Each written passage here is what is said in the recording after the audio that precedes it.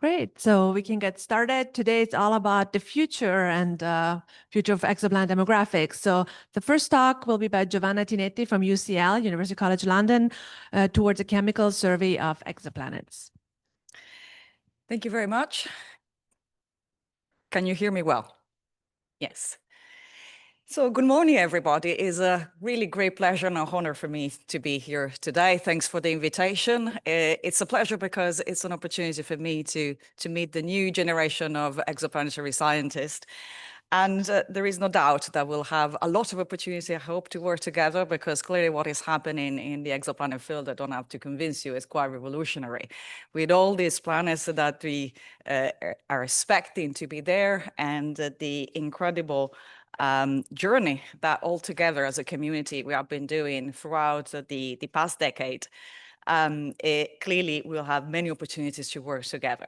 But clearly you have seen this picture over and over again during this school, and there is a reason for that. I think we can all stop and look at this and see how much effort is behind a picture like this. Clearly there is an entire community that works for years and years with many different techniques, many different efforts, and they all matter. They're all important. We shouldn't try to push one technique over the other. At the end of the day, if we want to complete the census, this demographics, we really need everything. And so that's my message here. And clearly, we all need those techniques because, as we heard the speakers in the previous day, they all come with their own strengths and limitations. And so that's why complementarity in what we are doing is super important. But equally, there is also the big questions that we also try to debate as a community, why we're seeing all this diversity in exoplanets, why they don't all look like the solar system planets. And qualitatively, of course, we understand that this diversity must come from formation evolution processes. And again, there were great talks in the previous days to explain more in detail what we should expect. And clearly also this kind of questions are driven also from facilities like ALMA and direct imaging facilities that are giving us these incredible images and chemistry of disks. The nurseries where the planets are forming and evolving are extremely rich in terms of chemistry, in terms of structure. And so perhaps we shouldn't come really surprised that we're seeing all this diversity in exoplanets when they're forming. But also equally, the solar system is advancing at an incredible pace also to get in situ measurements. And in particular, when it comes to isotopic ratios, they can be a very good ally to try to understand what was the history and evolution around solar system. So I believe for the first time, we are starting to really see the two communities sort of converging and exchanging ideas about how planets form and evolve in our galaxy. But of course, it's a journey. It's a difficult and long journey, and that's why it's really great to see that there are many new people that will help in the future, in the next years, to go along this journey. And in particular, I think something that we have started, but clearly we still have a lot of work to do, is on the chemical diversity.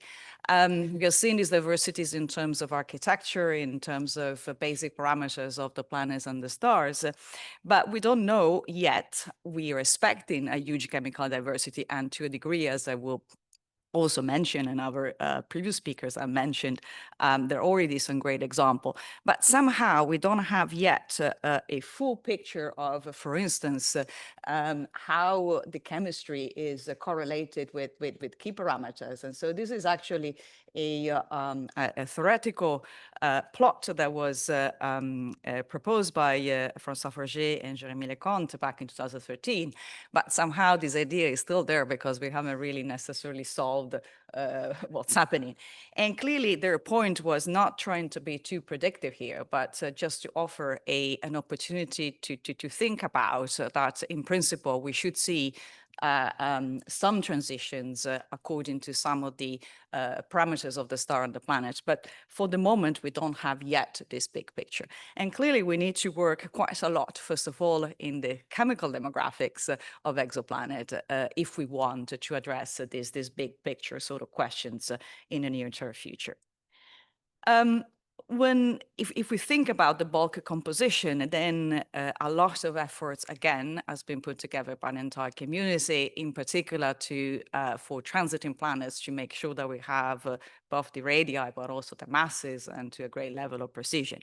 And that already has been an enormous accomplishment because it starts to tell us that, again, there is a huge variety in terms of potentially bulk composition, in particular when it comes to small planets. They could, in principle, be extremely exotic in terms of bulk composition.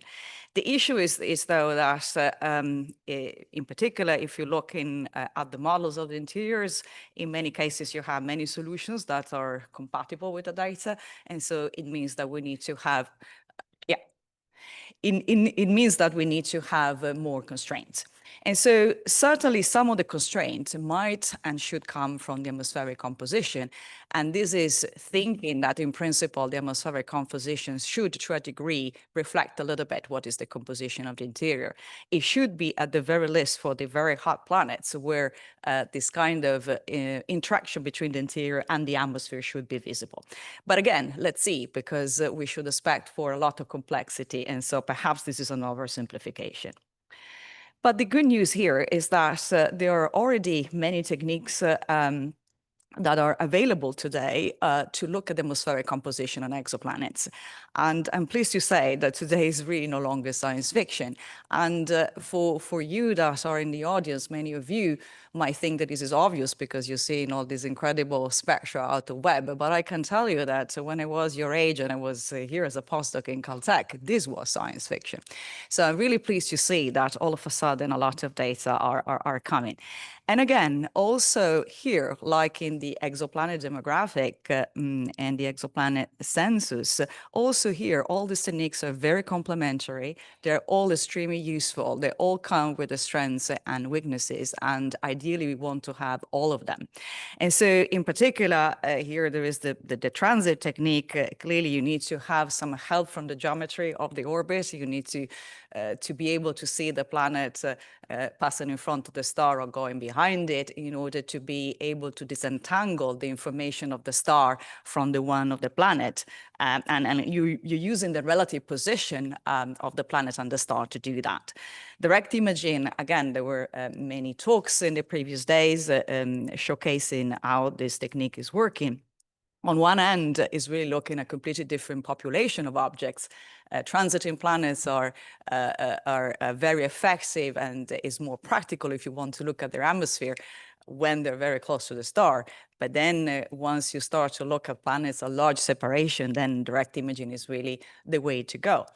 But also more and more from the ground, high dispersion techniques, both looking at single lines or combining multiple lines when it comes more to molecular species, are showcasing really fantastic results. So again, we really need to have everything because also from an atmospheric perspective, from a molecular, atomic, and ionic perspective, all of these techniques are telling us a piece of the big puzzle and the story. And so we need all of them. I have just a few examples to showcase how all these techniques are wonderful. And I selected this particular transit spectrum from JWST, which again, the quality of the data is just breathtaking, in particular after years and years where as a community, we were dealing with the data that were not necessarily covering this spectral range, not with the kind of high signal to noise. And so clearly our life on one end now is much easier. But at the same time, we shouldn't be too complacent because actually the super high quality of the data web is reminding us that our model are probably not up to the task. And actually what we are seeing is more that in the interpretation, I think as a community, we need to do more efforts because many of the techniques that were good enough for some of the previous telescopes are not good enough to capture all the complexities and the richness of all this data. So again, this is a journey and this is just a start. But again, direct imaging, just to make my point that everything is useful, I don't think a spectrum like this needs any introduction in terms of quality. And again, spectra like this are really pushing us as a community to step up in terms of better model, better line list, because we shouldn't forget that behind all the interpretations, they are lab work or ab initio calculations, and there are scientists that are providing this line list, and we should be very grateful to them, because without that kind of information, we cannot interpret this data in a correct way.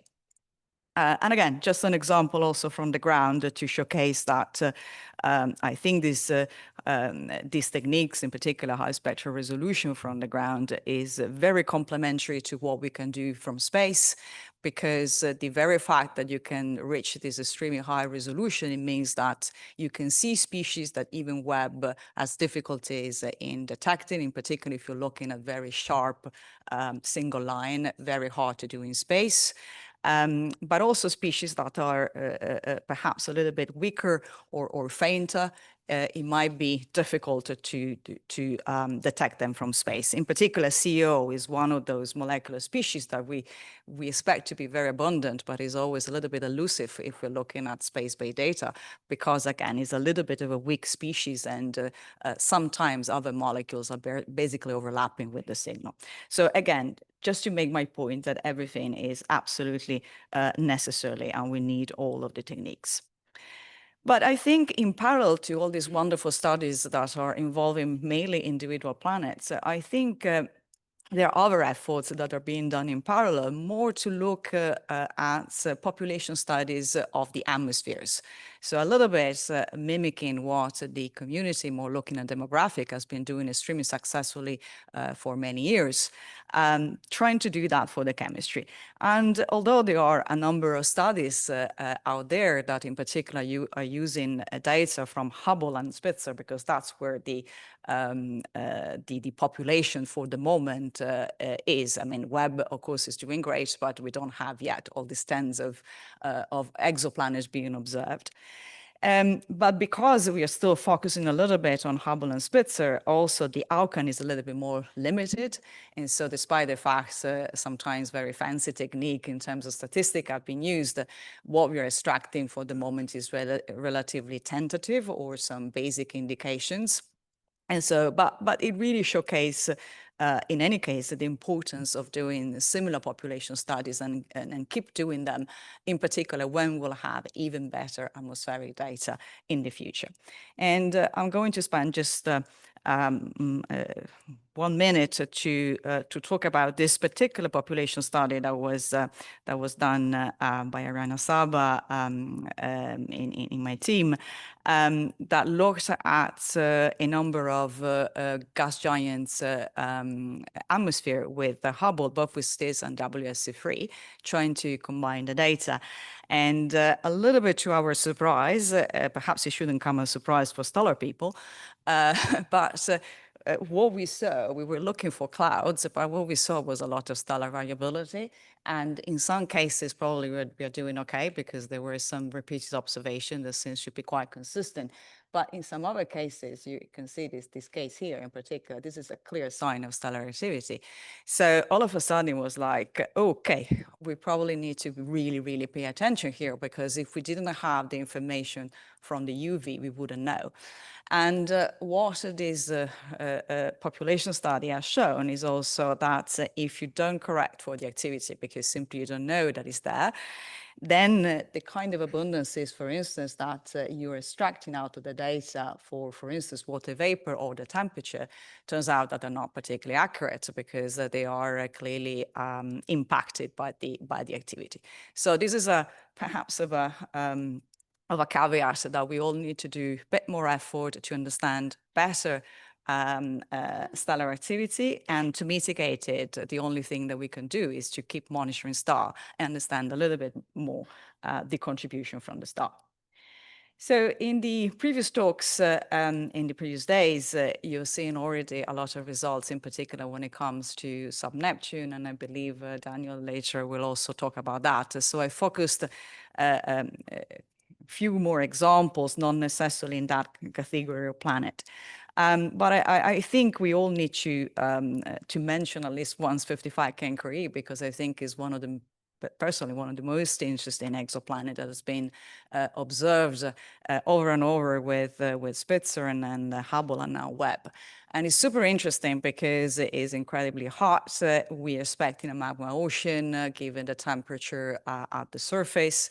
And before some of the data from Hubble, Spitzer, and now is confirmed by Webb, we were expecting that perhaps no atmosphere was present given the kind of extreme conditions.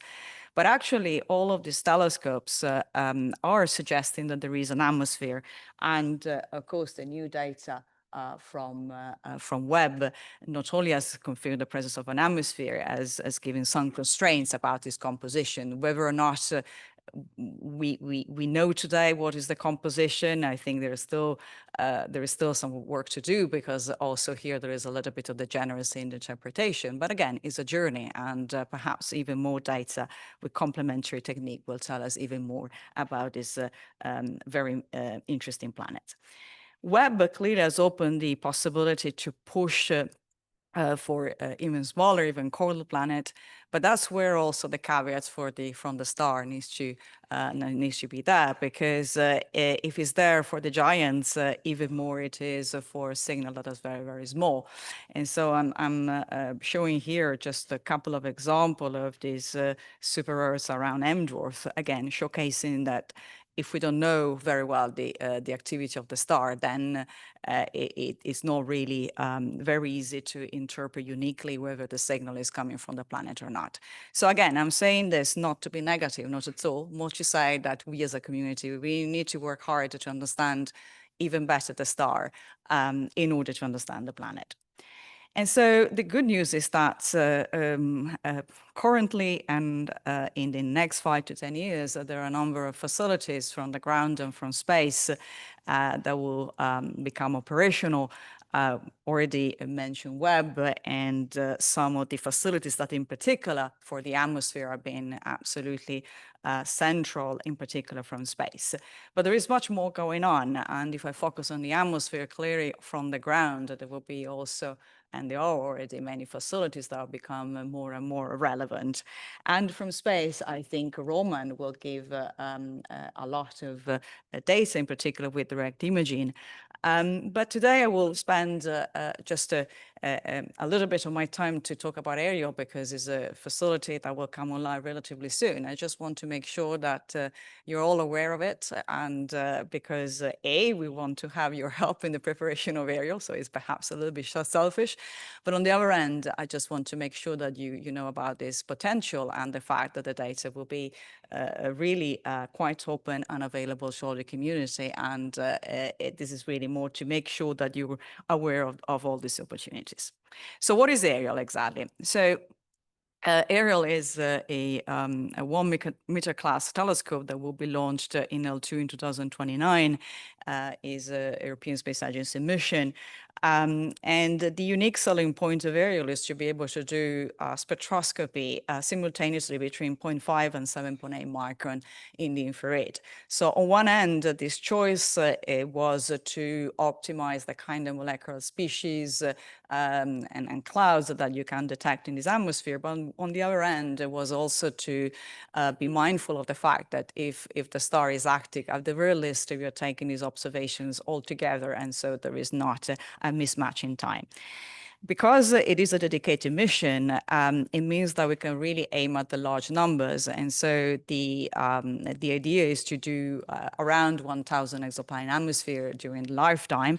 And we want to include different type of planets, from small to large, around different type of stars in all sorts of configuration and very different temperature. So the entire idea of Ariel is really to use this dedicated mission as a big experiment and really try to understand how chemistry is changing when you're changing all of these parameters. So this is the kind of plan. And I'm pleased to say that is now coming together from a hardware perspective. The hardware is built by a consortium of 16 ESA countries, but we have contribution from NASA, from JAXA, and from the Canadian Space Agency. The hardware contribution from NASA was one of the first to be delivered. The case from JPL, I think Mark today will say something something more about that. But little by little, most of the subsystems that you're seeing here that are built in many different places around the world are coming together. In particular, the telescope here, the SM of the telescope is coming to Didcot in the UK, where we have a big facility for the testing at RAL Space. And when the payload will be assembled and tested, will be finally sent to Airbus, the prime, to be included in the spacecraft. Again, behind the scene, we shouldn't forget there are hundreds of people working, and I've been working for more than 10 years now, making sure that this is happening and is happening in the best possible way. And the engineers clearly are doing an incredible job. So I think we as a scientist, we need to be as prepared, because there is no excuse when the mission is flying and not to be prepared in what we want to do. And so that's why very early on, we are already looking at the target candidate list, and we want to make sure that the entire community is with us, and is public available on GitHub. There is a QR code. If it doesn't work, just come to talk to me. And we are doing many exercises of planification to make sure, again, that in the end, the mission will be able to fulfill this breadth of observations, but also go in depth for some of them. We are also working on a bit more fancy website to showcase all this information, and to make sure the community also, together with the consortium, will be able to see all the performance of the instruments and help us in this planification. And while, of course, the main point of Ariel is to look at this big experiment, a big population analysis, a sort of experiment when it comes to chemistry, again, we also want to spend enough time on individual planets. We know that planets are complex. They are changing in terms of in space, but also time. And the best way to capture that is to be able to look at them through time. And so that's where having a dedicated mission help, because it means that we can repeat over and over many observations, in particular of a select number of targets, and try to understand whether this variability from the star and the planet and what kind of pattern we might see. But also in terms of phase curves, following the planet around the star, I think the consensus of most of the people in the consortium, and to a degree also outside, is that phase curves can be extremely valuable to understand the complexity of the chemistry and the dynamics of these planets. And so I think we are probably going for the proposition of looking at the very least between 100 and 150 exoplanets in phase curve, again, helping in this way to understand all this complexity in 3D and through time. Clearly is the moment in time we're doing all sorts of simulation to try to understand what we can extract out of the data if the mission is working well. And although we are quite reassured by the simulations, they are simulations, and so we shouldn't be too complacent. But there will be much more coming out of the Ariel Consortium next year. As I will mention, we are planning a big conference for the open to entire community, and we plan to really present many of these new results at that specific time. In the meantime, most of the effort is done now in preparing basically the area targets, and not just the planets, but in particular the star, because we are fully aware that the star is contributing extremely in an extremely important way. And so there is a website that is including the Ariel Star catalog. You can have a look at it. There are all the publications, all the data, everything public. There is an ongoing follow-up with Hubble to look more at the UV side and again characterize many of the stellar population. But perhaps today I want to focus, given where we are, on the fact that we are extremely grateful to NASA for their contribution to this preparatory work. There was a call for the US community in the past year, and I'm pleased to say that 10 teams have been selected, and they will help us in particular to follow up some of the masses of these planets, That's another basic parameter that is super important if you want to understand the atmosphere. And so I believe the results will be out very soon. I'm looking at David but this is just to say that we clearly need all this help in order to make sure that all these targets are well known and characterized. And in the meantime, another great effort that is being done is through the ExoClock collaboration. This is more involving our amateur astronomers around the world in helping us with ephemeridis to make sure that we're not pointing in the wrong time to a star when the planet is not transiting or eclipsing and wasting time. So this is, again, an ongoing effort with many participants. And I mentioned briefly line list being so important for the molecular, atomic, ionic species, but also for the clouds. And again, this is a huge effort, global effort now to help collecting all this in a database that, of course, will be very helpful for aerial, but also for any facilities that is doing spectroscopy. So this is really not just about aerial. My final point, perhaps, in terms of community engagement that hopefully you will be interested in, is the area of the challenges that has become now a quite common sort of appointment. Is the 6th year that we are organizing this, and the one of this year is again in a good sense hosted by NeurIPS, and again in an even better sense we have been sponsored by Kaggle. So if you participate into the EDITA challenge this year, if you're an AI amateur or professional, you might win $50,000 if you get the first prize. So hopefully this is a good incentive for all of you. And we have been doing this now for a number of years, and it's been extremely helpful because we are tackling some big open question in terms of stellar activity, retrieval, or instrument systematics using AI. We are in a time where AI is potentially a great ally of many of these activities, and so we need to make sure that we have this on board. Couple of more points before I close. We really want to be very open with the data of Aerial, and most of the data, in particular what we call Tier 1, is the first big survey, will be out without proprietary period to all the community, and is only for the data a little bit more challenging that there will be 6 months. But we're looking at reducing even third of this, in particular if we are changing some of the priorities. So again, the consortium really want to make sure that the entire community is helping us and is very engaged. And if you want to know more about Aerial, you just have to look at the Aerial telescope. This is the link tree, and you will have all the links to all the space agency, all the website, all the activities that we are engaging with, and so you can find all there. I mentioned the open conference in March next year. We will have very soon a website open for registration. So this is really an open invitation to all of you to come and participate.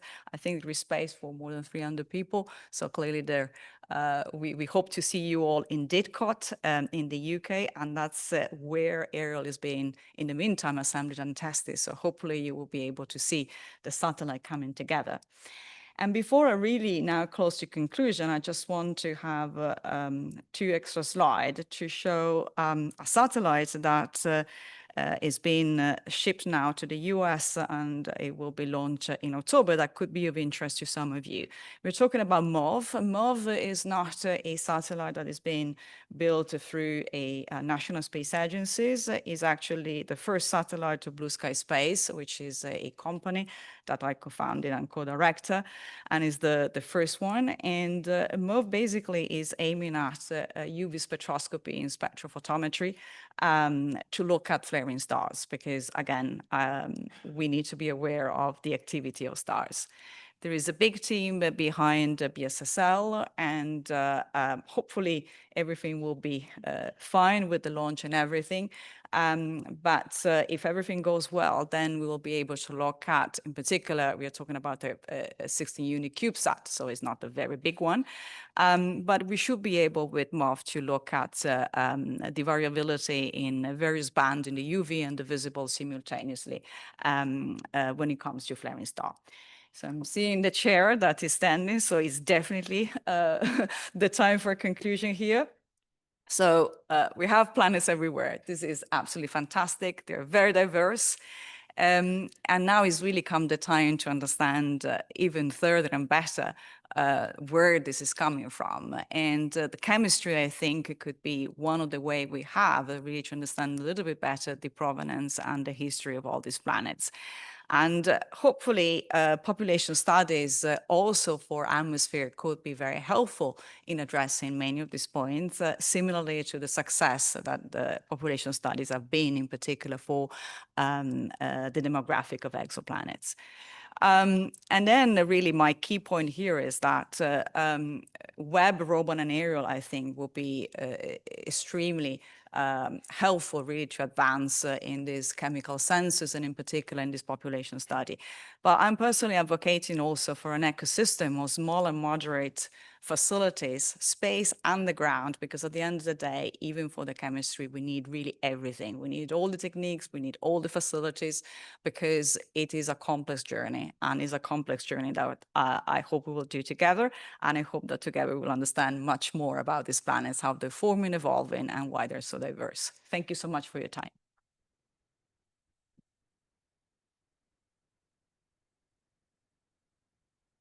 Thank you very much. We have time maybe for one or two questions. You want to come down here? In the meantime, there's one online that asks, why stop at 7.8 micron for aerial? Oh, okay. Detectors, but also, I mean, when you're proposing a satellite to a space, a government space agency, of course, you have a budget. And so it means that you need to make sure you're optimizing many things, the science, but also the hardware and the cost. And so in the end, this was the best way that we could do in the envelope we had to have a satellite that was technologically feasible, doing a science that was compelling, but also staying the cost. And the three things are all very important. And so this was our own optimization. Okay, thank you. Question over there. Hi, you mentioned that, when looking only at bulk densities, there are a range of, compositional degeneracies for various different planets. And do you have any thoughts on sort of breaking, composition degeneracies for the overall composition of a planet when you're only looking at the atmosphere? Or in other words, is getting, surface and subsurface composition still and forever the realm of science fiction? Or will we be able to, get that way eventually? No, thank you. You make a very good point. And I think also when we're saying, okay, having the density is probably not enough to understand everything, but in reality, there are so many complexities. And while certainly the atmosphere can help to a degree, maybe breaking some of this degeneracy, in particular, what we all think as a community is that presumably the interior is more oxidized or is more reduced. In principle, you should see some of this in the atmospheric composition. At the end of the day, these planets are very complex. And so there will be so many effects coming from the surface, interaction with the star, and so on and so forth. So I think the only ally we have with exoplanets is that there are so many, and they comes in such a variety of configuration, that I think the hope we have is to be able to select classes of objects and maybe look and study a specific chemical or physical process, understand that in that sort of regime. And maybe once that is understood, then it will tell us something about regimes where the situation is a little bit more entangled. So that's the kind of game that we can play. But the single individual planet, I do agree, is so complex that we need to be careful in oversimplifying and overinterpreting. Thanks. Maybe one last quick question. So thank you so much. It's so great to hear that Ariel represents kind of like a model for unprecedented global cooperation, with the ESA and NASA and JAXA and CSA. So it's, if I take it correctly, that Ariel is taking a kind of an open source approach. And last question is, where exactly is the Ariel Open Conference 2026, 17, 19 March? Yes. So thank you. I very briefly mentioned this, so thanks for asking. It will be in the UK, in Didcot, and probably doesn't mean anything to most of you. Didcot is a place not very far away from between London and Oxford. So we're talking about the UK, our campus, where many of the facilities for space in the UK are based, and where in particular Ariel is coming together. Didcot. Didcot is not very far away from London. So probably London is the the closest place. But there will be a website that will be circulated very soon. And so probably between now and the end of July, we'll have all this information. Thanks, Giovanna, again. Thanks.